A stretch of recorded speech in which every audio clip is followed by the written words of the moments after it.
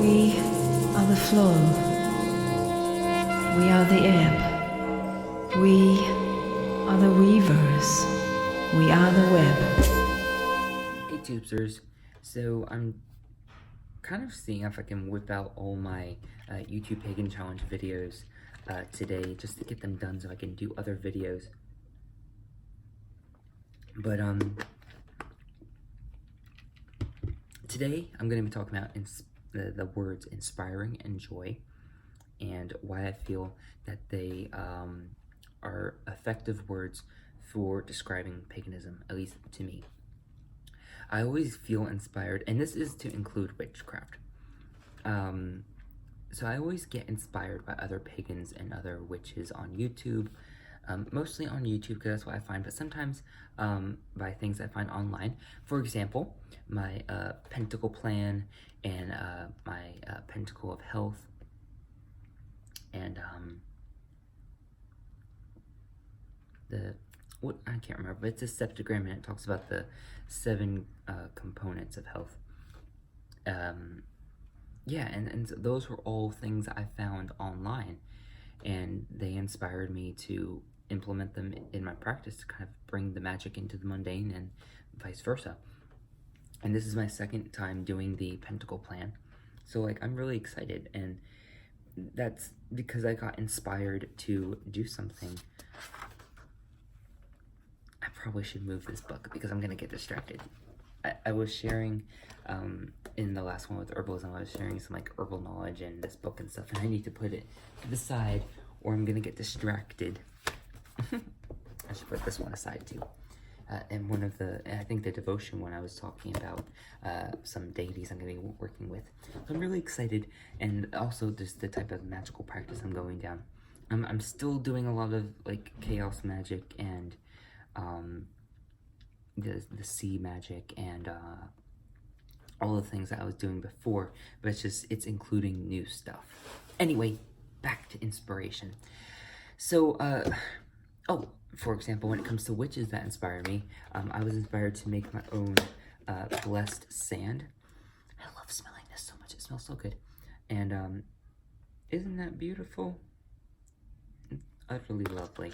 I don't like that it's in some plastic container, but oh well, it's what I have right now. I'm like, it's almost like I'm witching on a budget, or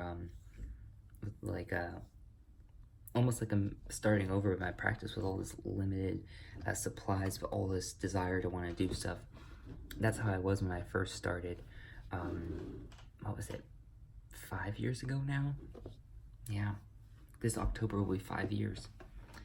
4 years since I've dedicated myself, 5 years since I've been like steady study and practice, I mean. Anyway, I was inspired to make this by, both Tequila. She shared hers first, and then I don't know if that inspired April to make her own, or if she already had her own and she just got inspired to share it. But then April shared hers, and I was re-inspired, and I was like, I can finally make some because I'm gonna be having sand. I actually got some sand from the beach here, so all of this and what's on my altar, this is all Pensacola sand. So I have and it's a little wet, so I don't know if that was a good thing to do or not. I wanted to get it that was like touched by the ocean, but now I'm like a little worried that it's not gonna dry properly. So yeah, and I tried drying it in the microwave and I don't think it actually worked. So if you have any ideas, I don't have an oven or a convention oven. My only heating device is a microwave. So, and maybe the sun, but I can only leave stuff out if I'm here so I can watch it. And because if I leave it when I'm not here, rooms get inspected. They haven't been getting inspected lately though, so. But yeah, they get inspected, and if I had something to lay it on, I could probably lay it on my wardrobe and dry things there, because I have some kelp that I'm drying. I'm going off on tangent. I can talk to you about magical supplies and herbs all the time. I'm supposed to be talking to you about inspiration, but I think you can kind of get the drift with inspiration. Nature is also very inspiring, and then there's also like movies and books. So I feel that like inspiration or getting inspired or being inspiring is kind of something that just happens. It really taps into this creativity side of you, which could have been the C word, but I really wanted to use confidence. So I kind of feel like inspiring kind of touches upon that creativity that is brought out of you in this practice. Now, as for joy, I kind of feel it's a byproduct of the inspiration after your / creativity. When you're making the thing, or when you're seeing someone else's creation, it does spark that joy, and it's almost like sometimes it's like a sense of accomplishment, or just the sense of creating something and having fun and being crafty it taps into that inner child side of you. And so that child that most likely was raised to love nature, or was maybe went camping, or was out in the backyard gardening with family, or played just in the backyard, or whatever it was, and or played at the beach, or things like that. And so I just feel that these two words are really good for describing witchcraft and paganism, because they touch upon, we all get inspired by crystals or crystal wands, especially wands and besoms too, actually, but more so wands. We get really inspired to make the wand and to have a wand, and then when we have it, we feel so excited. We get this joy. But you don't have to make a wand or whatever. You can just use your finger, and you can get joy from feeling the power course through you, and feeling what your power feels like. And so, and then get inspired that way,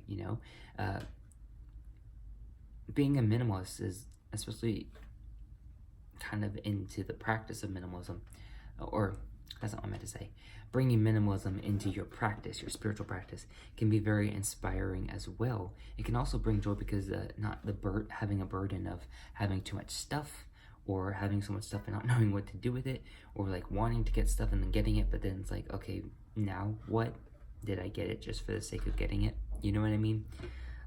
So in that way, I kind of feel that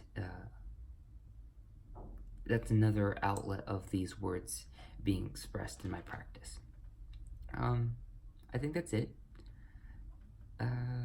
Yeah. Oh, one more thing. You can get inspired by reading, as I've said, like especially with this one. This is kind of where I'm going currently, but it inspired me to really, well, actually, you can get inspired by deities. I didn't mention that. So like when I discovered Mananon, who's my, so you know how like some people, they'll have like a deity in the center of their altar, like Tiptoe, she had her moon goddess in the center, and then I think Tequila, she'll have like her Hecate in the center. Well, he's kind of like that. He's not my matron or patron, but he's my, I guess you could say he's kind of like a third-party craft deity. So my matron and patron are like, they kind of go over my entire practice, and they're kind of like my witchy parents, if you will. They're not necessarily who I see as the god and the goddess, but they're kind of like, they're above my earthly parents, but below my divine parents, if that makes any sense. And so Mananon is they kind of work through him, so that way when I'm doing my sea magic things and learning about that, he kind of is teaching me about that, and teaching me how to wield the powers of water. Kind of like how the Green Man, I work with him as well. He's not a deity. Well, I don't think he is. I would see him more as like, he's more of a daemon. He's that nature spirit. But Mananon kind of does it in a sea magic, sea witch, water magic type of way that he does. He does kind of like the earth magic of like herbs and land spirits, and learning about crystals and stones and how to work with them in my practice. So he kind of was brought into my life with for the element of earth, and Manon's kind of brought in for the element of sea or element of water. So I'm kind of curious to see if there's going to be one brought in for fire and one brought in for air, or maybe any of the other elements. So yeah, that's something I kind of just now realized. So anyway, that's pretty much it. You can get inspired by deities and other witches and pagans, and get inspired by books to make your own spells or your own concoctions or whatever, videos and movies, and then the after effect from the inspiration, or the middle part of the creation, then after that you get all the joy from the implementation, and the joy from that sense of accomplishment of being able to manifest what it is you want, and living your best life. So I know it sounds a little cliche, but you get the picture. Thank you all so much for watching, and as always, abundant and eternal blessings. Mwah.